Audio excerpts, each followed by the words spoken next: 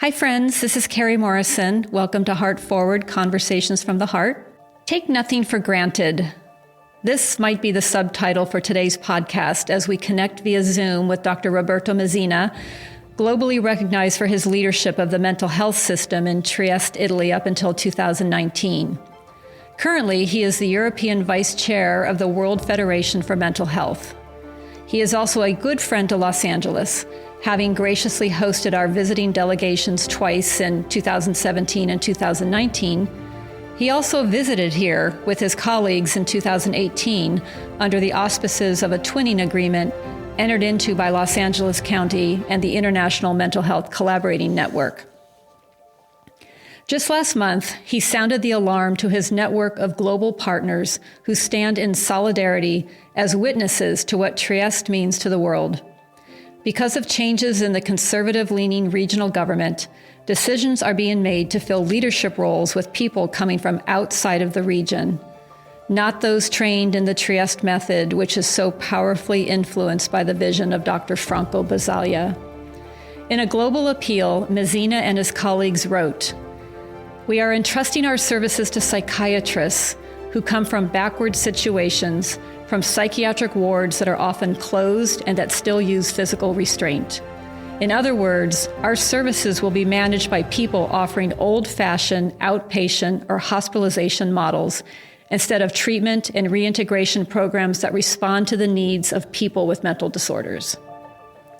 Just this week, the British Medical Journal published an article which says, "While it is not without controversy, proponents of the Trieste system in Italy and around the world say that it is more humane, more effective, and even economically more viable." I've invited Dr. Mezzina to the podcast today so he can help us make sense of these fast-moving events.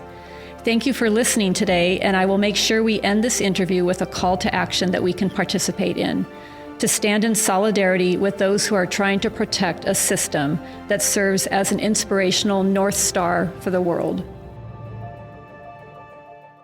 Hello, everybody. This is Carrie Morrison. Welcome to Heartforward, Conversations from the Heart. And today I am delighted to have again as my guest, Dr. Roberto Mezzina. We are in a Zoom conversation right now. Hi, Roberto. Hi, Carrie. Hi, all. Good to see you. We talked last fall in season 1 of Heartforward. I will encourage people to go back and listen to that interview to learn more about who you are and your background and your origin story, because today we have important things to talk about. And so I'm glad we were able to make this time together. So Roberto, last month in May, myself and many, many other friends and supporters throughout the world that you have developed relationships with over the years received an urgent communication from you and your colleagues in Trieste regarding changes that were in the works in your regional government, changes that could potentially impact in a very major way how the services are led and how they function in the mental health system in the city. Could you kind of briefly start this conversation describing the current challenge that you're facing in Trieste? This is related to the change in the leadership, a number of public competitions, the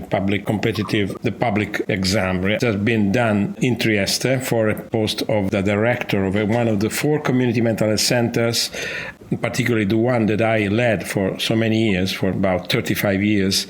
It was the first one in Italy that was established and demonstrated the possibility of having a comprehensive service in the community, also hosting people in crisis. So this was in 1975. This center was set up by Rotelli, then led by Pepe Dell'Acqua, and then by me, and I worked there almost all my career. And this is Barcola, right? Barcola? Yes. On the other hand, there was a number of vacancies which are still going on, which are still in the whole system. A number of places which have been covered by people which are just acting as directors in those services because of temporary people who retired, and these places were not covered by public competitions. So people perceived to be very precarious. Even those who were leading services, they were in a way, considered to be under threat because the administration never invested them with a trusty relationship, trusting them as the new leaders. So there was a very difficult transition from a number of people who retired like me and the new ones, which were part of our group, trying to go on with the continuity. So these were the premises of what happened. So then the administration decided to start again with this public competition, competitive exams. But in Italy, these are mostly related to the power of the general managers of healthcare agencies, which have the power to decide who will be the new director within a list of people that can be considered to be the winners, first, the second, or the third. So what happened is that the man who won the competition for the Barcola Center was a psychiatrist, almost old as me, 66, and at the end of his career. But he was coming from a very different experience in Sardinia. In Cagliari, he was leading for some years Servizio Psichiatrico di Diagnosi e Cura, that is the general healthcare, general psychiatric unit in the hospital. And this man was chosen not because of his CV or any particular competence, but because he was, in a way, friend of the politicians. This is the system in Italy. It's very much depending on politics, more and more. And the invasion of politics, even with a very hard-boiled system, is everywhere, particularly in healthcare, because health is the most important, I can say, business of the regions. They have more than half of their budget for autonomous decisions, and politics are on healthcare and welfare services.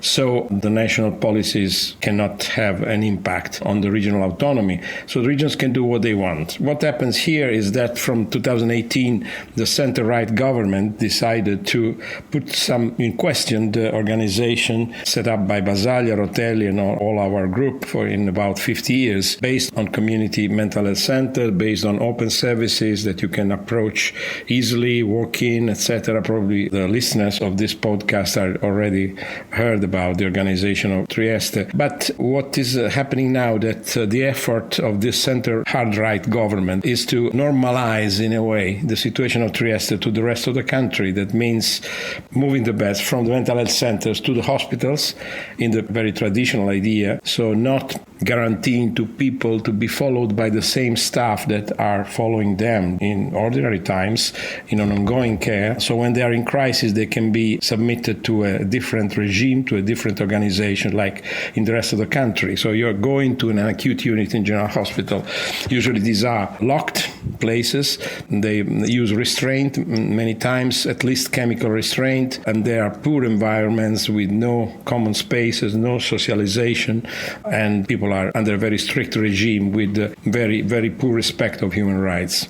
So completely the reverse of what we are trying to guarantee here for the citizens of the community in Trieste. So this was the decision, but the scandal was that this public competition was done in a way that this person coming from the outside was overvalued during the talk. The talk was with the locked doors, so not a public occurrence like it should be. So nobody knows what happened in that room, but this guy at the end was the winner with many, many scores given to this colloquium instead of his very poor curriculum. So let me interject. As you're describing now these open positions that have happened either because of retirements or because there are interim directors, now the government is beginning the process to fill them. And this first signal of what happened at Barcola, one of the community mental health centers that you yourself led for many years, the gentleman, my notes show that his name is Pierfranco Trincas, was scored higher than Mario Colucci, who is someone we know has been in Trieste his whole life, has been trained in the Basalian school, has all the understanding of the culture of Trieste, and he was not chosen. Himself is the author of a book on Basaglia, his Basaglia biography, the most important one done in Italy. Yes, this was what happened, yeah. So this is kind of the warning signal of what is yet to come as they set aside the tradition that has been so carefully crafted in Trieste over the last 40 years. And all of you who were trained by and kind of studied in the Basalian school are being set aside. Now, so let me ask a question just for context. We'll come back to this in a moment, but I always recall as I learned about Franco Basaglia and Law 180, which was the law that was put in place in the late 70s to close down the institution institutions and to create a community mental health system. It seems that Trieste was probably exemplary in how Law 180 would play out in a community. Why is it in other parts of Italy it was never quite as well? Why did Law 180 not be uniformly applied throughout all of Italy? Well, it's a very complex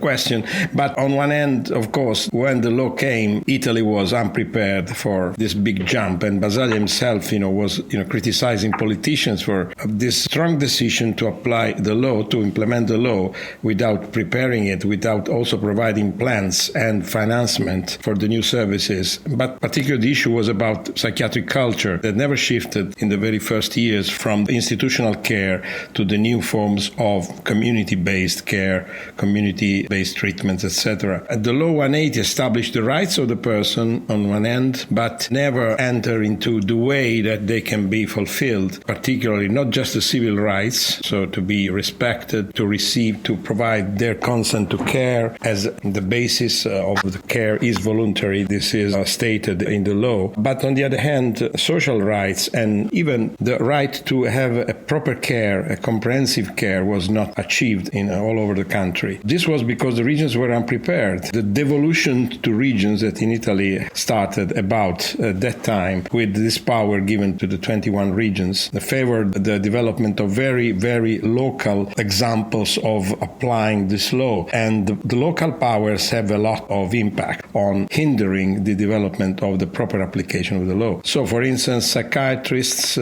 tried to go on with an old traditional idea of running outpatient services where they remain the kings of the service, and they were served by the paramedics, like private studio, where they can host the patient just for the talk and the prescription of medication. The idea of having a comprehensive service which is outreaching people in the community, providing comprehensive supports from housing to work to any forms of psychosocial rehabilitation and psychosocial interventions was very far to be understood first and then applied all over the country.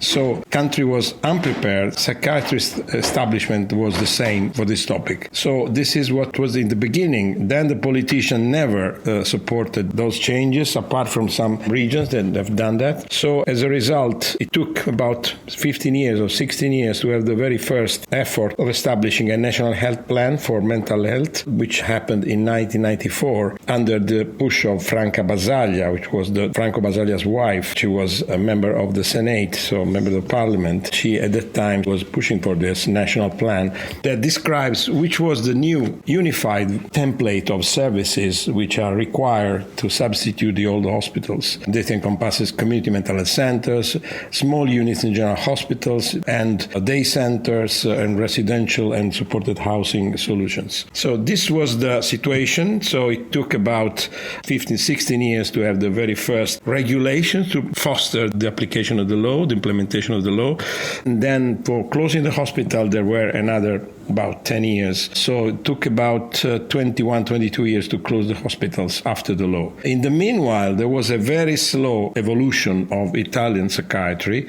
In some places where there were good leaders, so this is the importance of the human factor, in our field is very important. Those who were understanding that this was a paradigm shift from hospitals and asylums particularly, where people were locked up, to a community-based care, which is supporting the individuals as citizens in their social context in their whole life. So this paradigm shift was never homogeneous across the country. Someone understood that, someone applied that, but the examples to have something similar to Trieste were, in a way, not so much, just in some regions, not everywhere. So from a so-called patchy enforcement of this law, we were moving slowly toward a more homogeneous mental health sector in Italy, but also now, even when the culture has achieved the total abandonment of old institutional solutions like psychiatric hospitals or the new ones like forensic hospitals, we have just a small group of people which are really accepting the challenge of working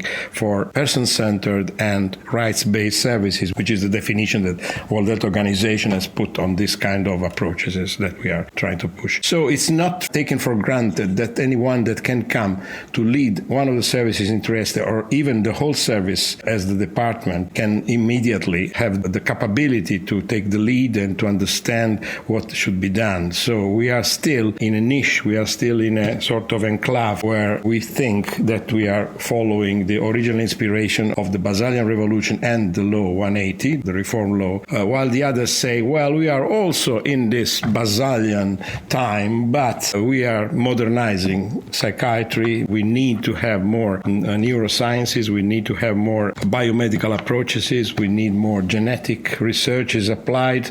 And so the general move, which is you can find everywhere, and the USA, I think, is one of the lead countries in the world of this kind of things. But the problem is that the experience of care of clients and families remains very poor all across Italy, and the protest is still very high everywhere. So that's why in these days there is a national conference on those topics. That actually puts some things in context for me, because I was curious why it is that Trieste kind of still represented almost, well, it's not only the North Star that inspires the world, but it is the North Star even for Italy. It's interesting how you talk about the fact that the psychiatric culture never shifted, not only in other parts of the world, certainly not in the United States, but even in Italy. And it is from those places in your country that you might possibly have these so-called new leaders arrive, and they are not going to be familiar or comfortable with the rights-based, person-centered community approach, which you have worked so hard to attain. So you raise a really good question. As I've been trying to understand how the government works in Italy, you also pointed out that the regions have a great deal of autonomy, and you're in Friuli Venezia Giulia. It's a more autonomous than the others, region. Yeah, like Valle d'Aosta or Sicily. And so you have a new president, Massimiliano Federigo. And so tell me this, how does this work with the citizens in the region? If that president was elected by the citizens, are the citizens, the families and the users and the community beginning to understand what's at stake? Do they have a political voice to raise up to see that they are possibly going to lose in this paradigm shift? Yes. Well, the paradigm shift is, to summarize, from the treatment of an illness to looking at a person and understanding a person, meeting a person with all the social circumstances, with all the social needs, personal needs of this person,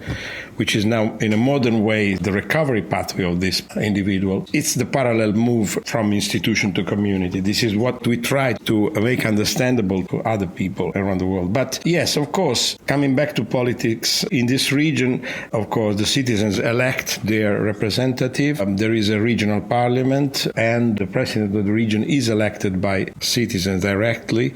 In this case, there was a coalition of certain the right wing, and the president comes from the party that was called before the North League, or Lega per Salvini, premier. And this party was really never so much in favor of a human rights approach in many regions, even if they pragmatically supported some developments. For instance, in Lombardy, they supported the efforts to make mental health users productive in a way. So the social cooperatives were supported to some extent, but very partial support to the whole range of needs.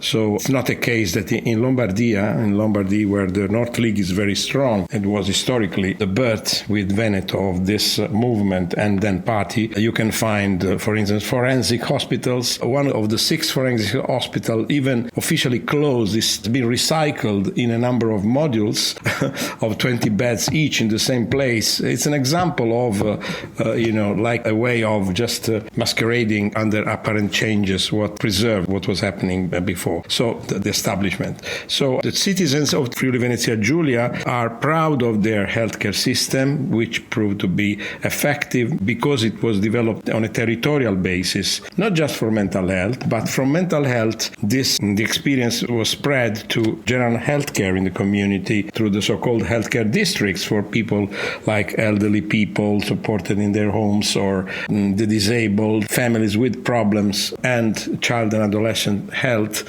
supported in the community, not just in outpatient departments. So people are, in general terms, aware of the richness of this offer of services in the region. And mental health, people directly followed by mental health services are about 20,000 every year in this region. But if you take into account their families and friends, etc., you have a wide number of people, maybe someone already followed in the past, etc., we calculated that maybe 1/5, 1/6 of the population had something to do with mental health issues in this region. So it's a huge number of people that can vote, that can express their opinion. So we hope that they can defend democratically these achievements. One of the articles that you sent me mentioned that the regional VP of the health ministry in the region, Riccardo Riccardi, said 2 years ago, it was talking about how much of the health spending is private versus public. And so it was mentioned that in the Friuli Venezia Giulia region, it was about 4% was private, whereas in other places like in Lombardy, it's 30%. What does this mean? What is the significance of the privatization of healthcare and mental health care? Is that a factor in this discussion right now? Yes, well, of course, I've never seen a privatization that is based on innovative models.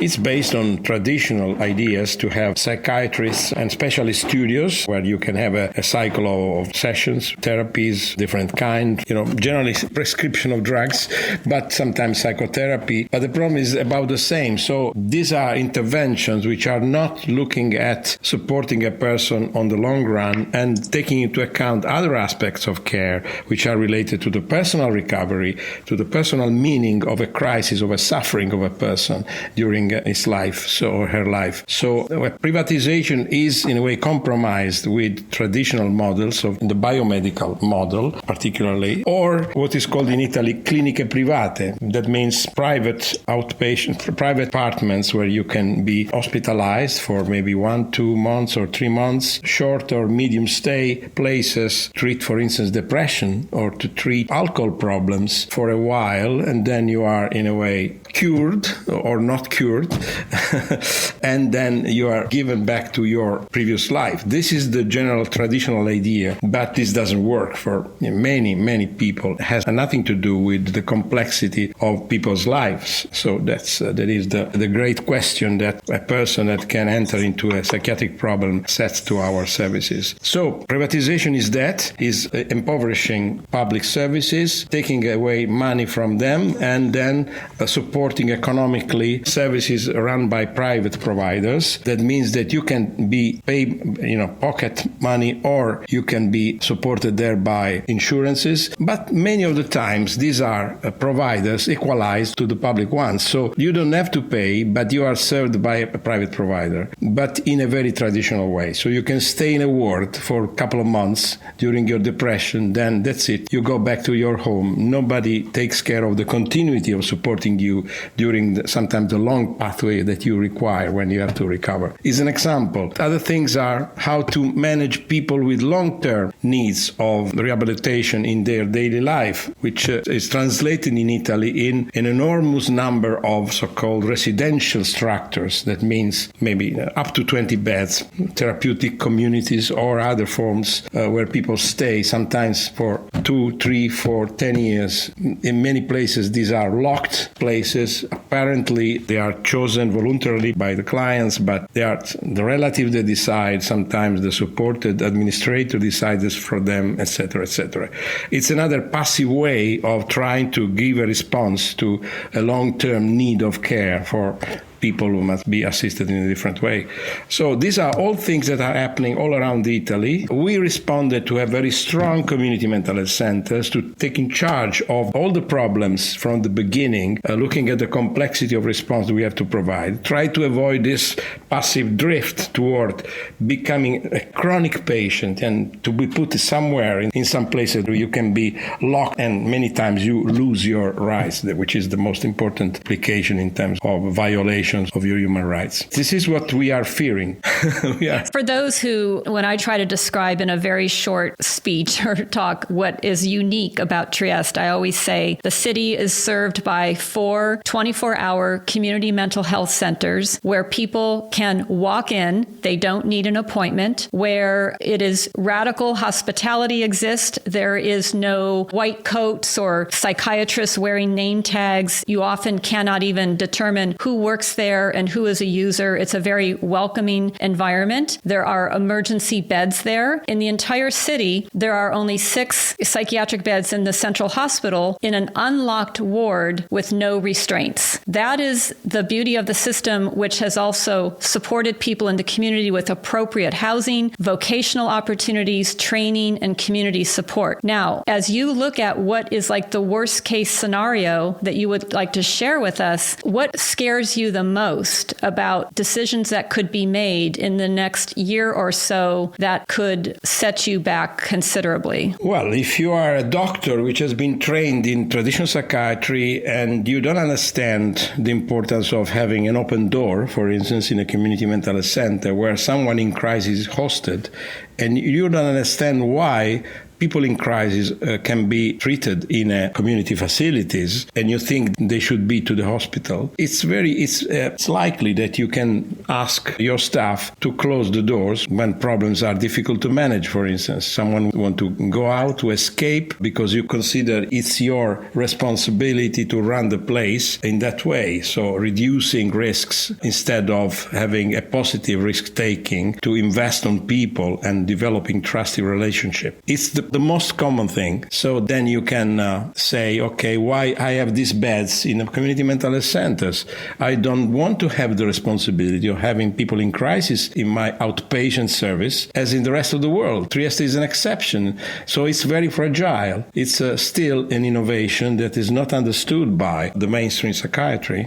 So it's very easily I can say, well, I don't have the responsibility. I don't want to have this responsibility. I will close the beds. I said the administration that I don't need them. Maybe the staff can be used more effectively. They can have more people during office hours. And why to take the service open until 8 o'clock p.m.? Well, maybe we can stop at 4, or maybe we can stop at 2, like other people, many services in Italy. And when you have services operating just in office hours, you have a lot of space for people in crisis during the other hours. And then emergency interventions will happen. Then you need emergency beds, then you need police, then you need all this kind of violence which is associated to the management of mental health crisis that we are avoiding most of the time because of walking places where people can go or outreaching them in their homes. Reducing home treatment is another typical thing. Why have to go and take a risk in a person's house? Better invite them to come. If they don't come, I will send them the emergency service and I will treat them compulsorily if they don't want to come. That's the usual way in mental health all over the world. And this has consequences. Locked doors, loss of rights, change of the atmosphere, and fears, and the double fear on the side of professionals and on the side of service users and families, which is the most important. So these are scenarios that can happen even in Trieste because there are very fragile legal arrangements, norms that can support that. And the strength of the traditional approaches is so high still now. That's a perfect segue to talking about why it is that a global audience is being awoken right now to the alarm that you have sounded to your partners and supporters all over the world who have come to Trieste to be inspired by a better way to treat people. Tell me a little bit about that advocacy that is happening right now, and are you encouraged by that? Yeah. Let me say another point. I think it's important that people know we don't have any magic approach for people in crisis, but going in their homes, knocking the door, sometimes going back twice, 3 times, 4 times until we try to establish a very thin relationship. And, the acceptance of our presence at public service can be difficult. But we have to spend time in achieving a consent on the side of the people who are going to use the service and their families, of course. This is prescribed by Law 180. But if you interpret in a very bureaucratic way, you can say, well, this person is not accepting to come to our outpatient appointment, so I decide they are too unwell and I have to apply for their compulsory treatment. That's why we have about 1/4 of the compulsory treatments that they have in Sardinia, which is the region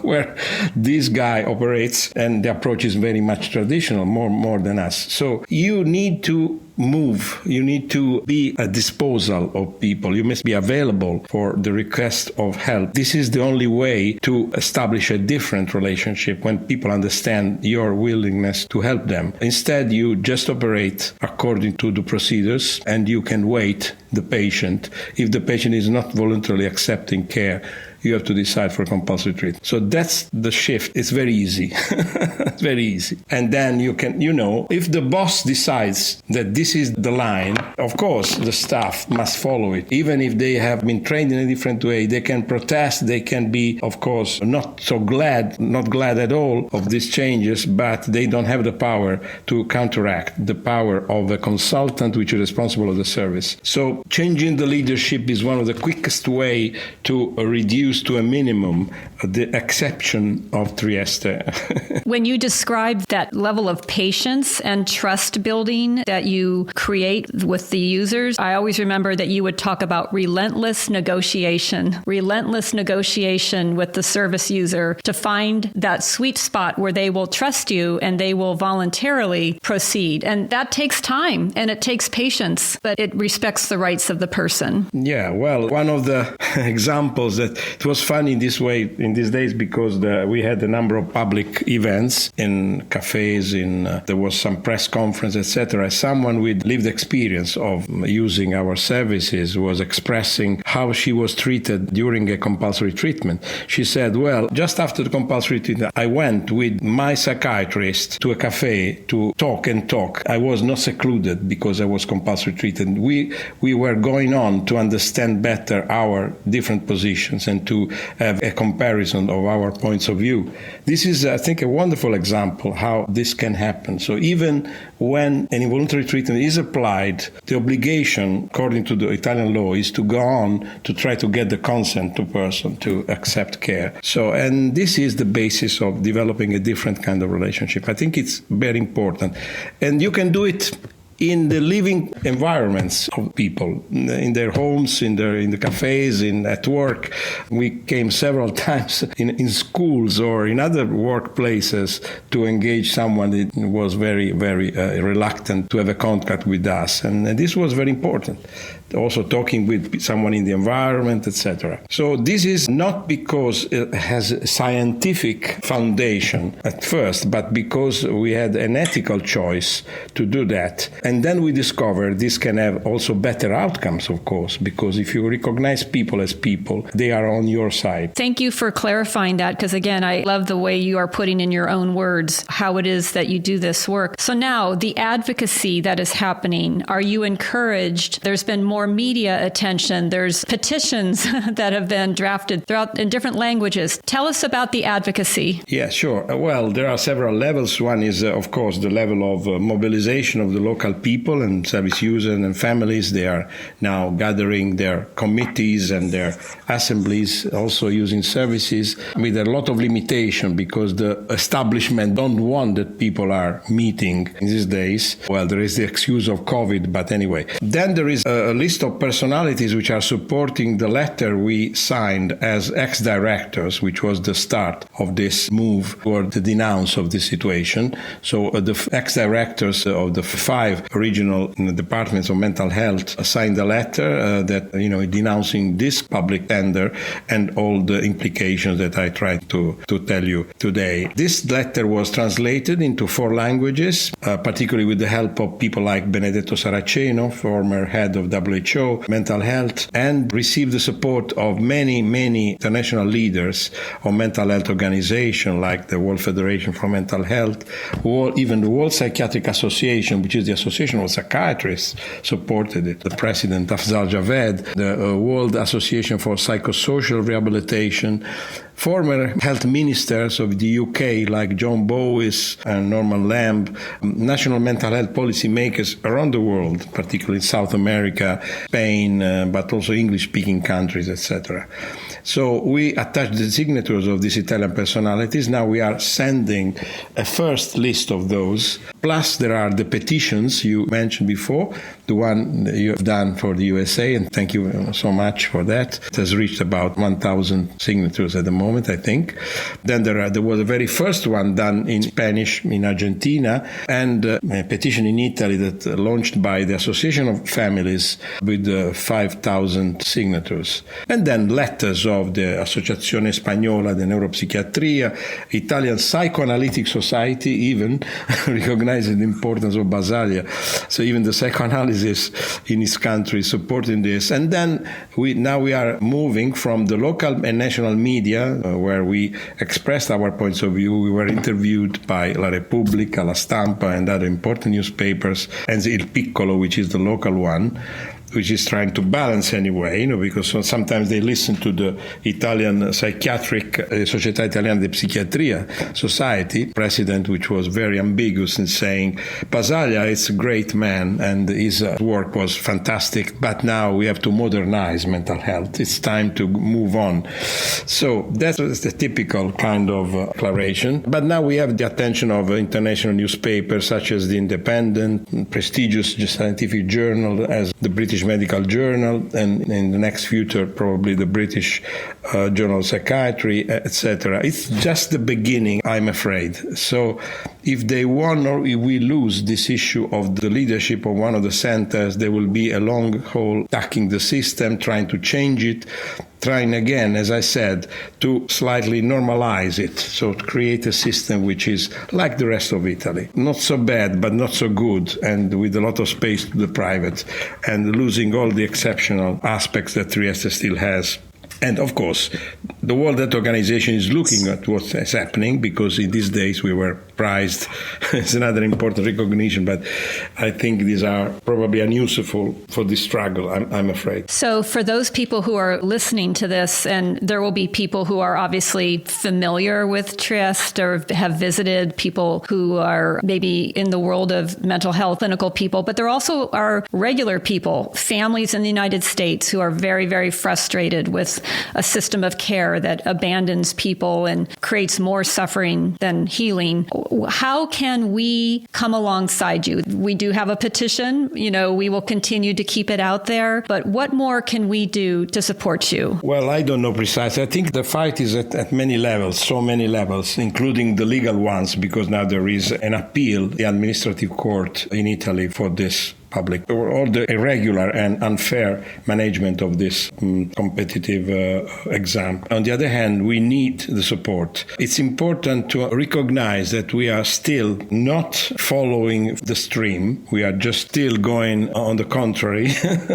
So we are just, trying to go in a direction which is not the usual one, because the usual one is to take care of the illness and the limited aspect of that without considering all the social dramatic impact of mental health issues, real mental health in people's lives. So it's easier because you can work less in this way. So I think it's important if you in the USA, people can send their messages of support.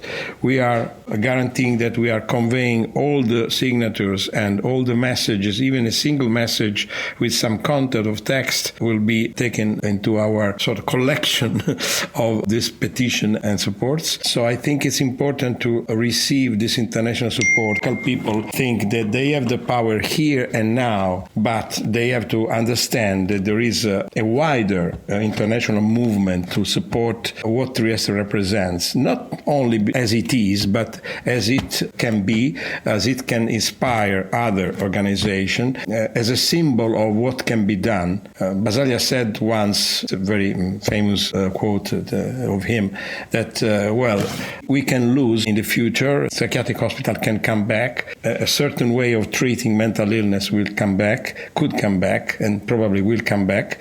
But the important point is that we have demonstrated that this is possible. It's possible to do in a different way.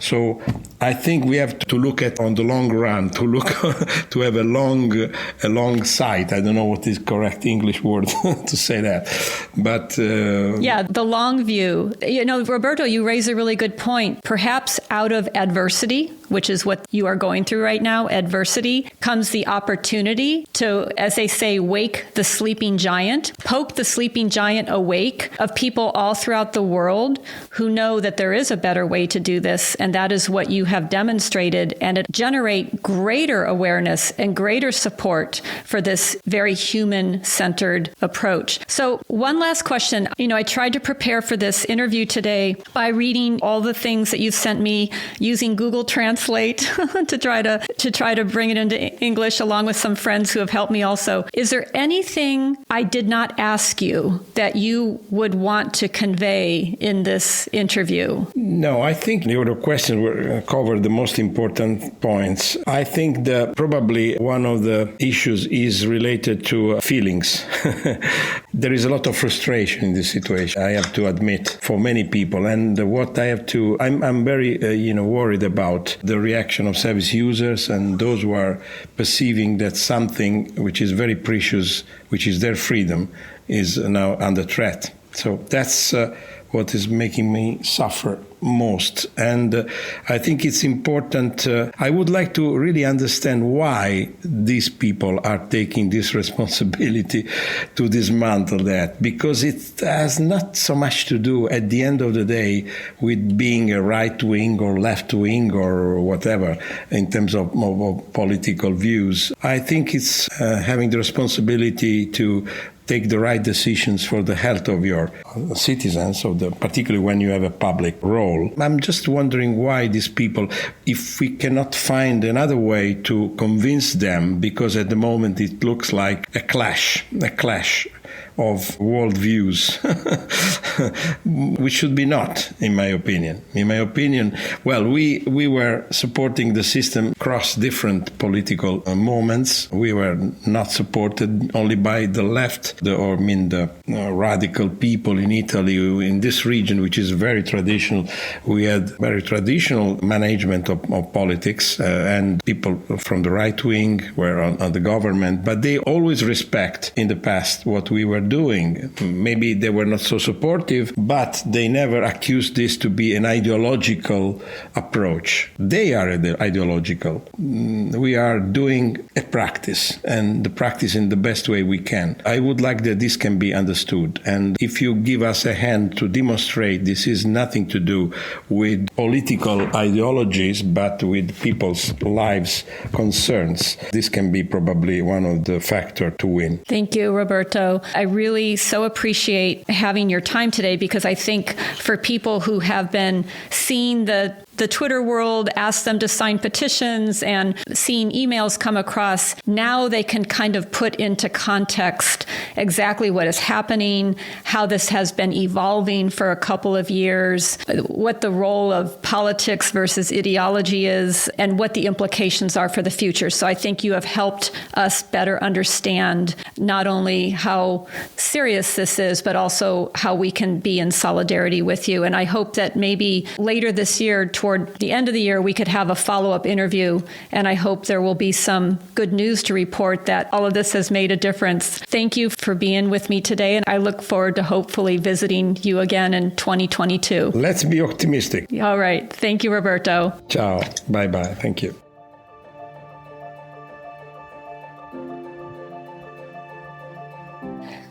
My favorite question to be asked is, why do you care so much about a mental health system on the other side of the world that would be impossible for us to replicate in the U.S.? This unfolding drama in Trieste underscores that I am not alone in my admiration. Thousands and thousands of concerned people throughout the world have signed petitions asserting support and seeking protection for this system. Prominent people in psychiatry, public health, and public policy are raising their voices. The media is waking up. People living with a mental illness in our communities deserve the full rights of citizenship and a community-based system of care that avoids restraints and locked doors.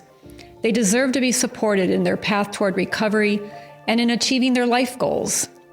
As I have said so often, the chasm between how people living with a mental illness are treated in the United States as compared to Trieste is wider than the Grand Canyon. But you simply cannot ignore what has been achieved there, because it shows what is possible. If anything, what the regional government in Italy is doing right now is waking the sleeping giant of global frustration with local systems of care which abandon people to lives of misery, suffering, endless hospitalizations, homelessness, imprisonment, and even death. Please sign the petition in the episode notes. This is our way to stand in solidarity with people who have created a caring and compassionate system. We have 3 more episodes left in this season 2 of Heartforward. Thank you for being a listener and a subscriber. Thank you to my collaborating partners at Peer Mental Health and my technical editor, Paul Robinson, for coming alongside me. I will see you next time.